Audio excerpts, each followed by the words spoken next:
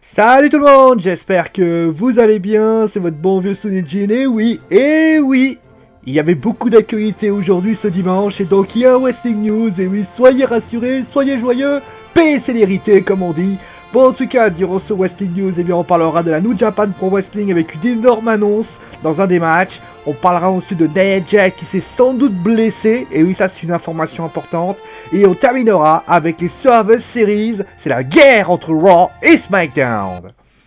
Mais on va commencer déjà avec la New Japan Pro Wrestling, et c'est désormais officiel, à Wrestle Kingdom 12, Chris Jericho affrontera bien Kenny Omega pour le titre des États-Unis de IWGP.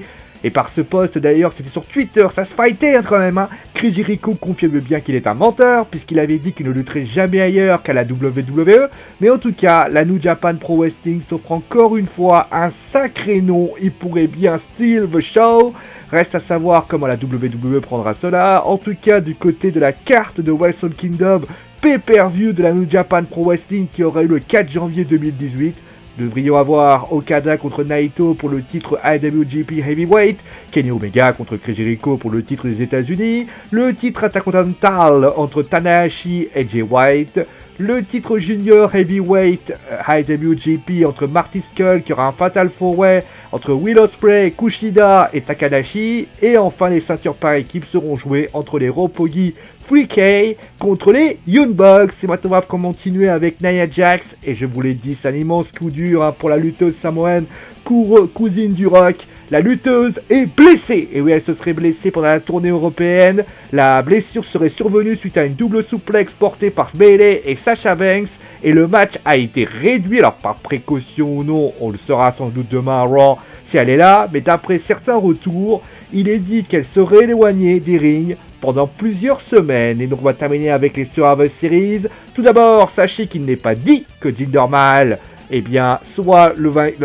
celui qui affrontera Brock Lesnar dimanche prochain, mais peut-être AJ Styles. Beaucoup de rumeurs disent qu'il pourrait être le champion, eh bien, à SmackDown pour affronter Brock Lesnar, ce qui serait une information bien surprenante au niveau du teasing fait entre les deux. Mais en tout cas, si c'est Jinder ou AJ, personne est en mesure de dire qui gagnera. Les officiels de Raw veulent que Lesnar gagne, et ceux de SmackDown veulent que Jinder gagne. Et il est donc certain que ça soit Vince, Triple H ou je ne sais qui aura le dernier mot dans cette histoire. Mais en tout cas, même en coulisses, la guerre des rosters passe son plein, et ça j'ai envie de dire, c'est vraiment très plaisant. Voilà, vous savez tout, c'est donc la fin du Wrestling News, un Wrestling News du week-end. Soyez bénis, soyez heureux, prenez soin de vous, amusez-vous bien, paix les sérénités, c'est mon Daimo, parce que j'ai dit. Allez, ciao tout le monde!